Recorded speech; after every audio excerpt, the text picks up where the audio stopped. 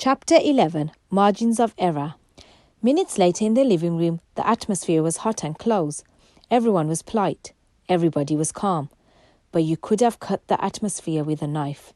That's what people say when invisible feelings vibrate in the air, like ions do just before an electric storm. Mom and Aunt Gloria were on the sofa. Aunt Gloria held a glass of brandy. Dad was standing leaning back against the wall near the door. Kat and I stood beside him. The man, a detective sergeant, took notes, seated at the table. His boss, the woman, had taken another chair and was sitting in the middle of the room. She was thin and short with a blue skirt and jacket and a white blouse, and her eyes moved quickly around the room like lightning strikes. First she said she was Detective Inspector Pierce and was in charge of finding Salim. Then she asked questions. Who everyone in the family was, why Aunt Gloria was visiting, and why she planned to move to New York. Then she asked to see the contents of Salim's backpack. She took his things out one by one. I looked on carefully because in good detective stories what people leave behind and don't leave behind can be a clue to where they have gone. There was a spare sweater, a pair of jeans, a pair of socks, underwear, pyjamas, another sweatshirt and a tiny towel. These didn't tell me very much. Then there was a battered paperback entitled Murder at 12,000 Feet, a guidebook to New York, brand new with no creases, and a tiny address book. Finally, there was a Swiss Army knife and a keyring with a model of the Eiffel Tower on it, but no keys. There was no wash things like a toothbrush because these were still in the bathroom. I remembered on the shelf over the basin. Detective Inspector Pierce held up the empty keyring with her eyes scrunched up. Aunt Gloria explained that Salim had brought the keyring back from a school trip to Paris, then that she had rented out her house in Manchester and given all but her own set of keys to the tenants. At present, she said, Salim had no keys to anywhere. There was silence. Then the inspector looked over to where Kat and I were standing. You two were the last to see Salim, I understand, she said. Kat told her in a quiet voice, not like her normal voice, all about the strange man, the free ticket, tracking the pod and waiting for Salim to come down, and how he hadn't.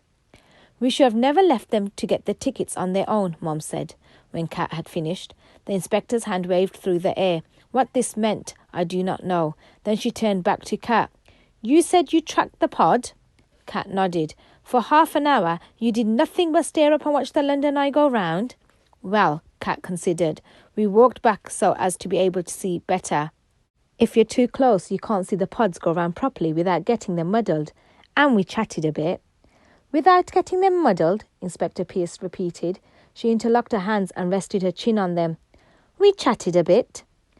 You don't have to believe us. It's not a question of believing or disbelieving, but we tracked it. We did. We're sure, aren't we, Ted? I said. Sure, 100%. No, Kat. Kat's eyes and lips scrunched up. Sure, 98%. Yes, I said. The inspector looked at me without saying anything. The corners of her lips turned up, which meant she was slightly amused. Then she tapped her nose with her interlocked fingers. So, she said, you'd allow for a margin of error. Only a small one, I said. 2%. 2%? In every human observation, I explained, there is a margin of error. This is because our senses are not foolproof. In fact, some people believe that 100% certainty is impossible to achieve. I stopped and put my head on one side. As humans, we cannot even be sure that the sun will rise the next day.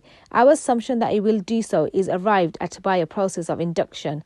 This is a process where probability based on past observation allows us to predict things like weather patterns.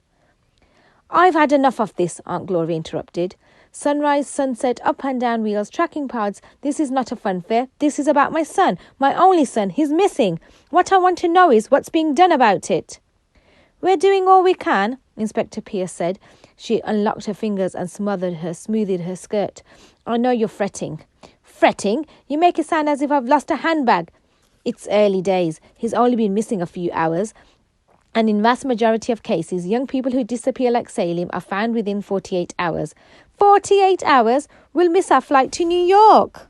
48 hours, but usually sooner. But from the word go, we take the disappearance of minors very seriously. That's why I'm here. He's not a minor, he's my boy. Mom put an arm around her. Glow, she whispered. We're doing everything possible, Inspector Pierce repeated. Such as? Dad said quietly. Everyone turned to look at him. The inspector sighed. We've begun checking the CCTV footage of the pods. No camera can see everything or everybody, but there's no sign of anything untoward happening that morning. Just the normal shots of normal tourists enjoying the view. We've also been taking statements from other people who rode the eye at that time. Unfortunately, the numbers run to 300 plus, and we can only check the ones who paid by credit card. We've no way of checking those who paid cash. But again, so far, nobody remembers a boy matching your son's description. We've also checked hospital admissions. Aunt Gloria's eyes went round and large at the word hospital. But nothing. Perhaps he's still just lost, said Dad. That's indeed the likeliest explanation, Inspector Pierce said. There was a pause. Perhaps everyone was doing what I was imagining, where lost was.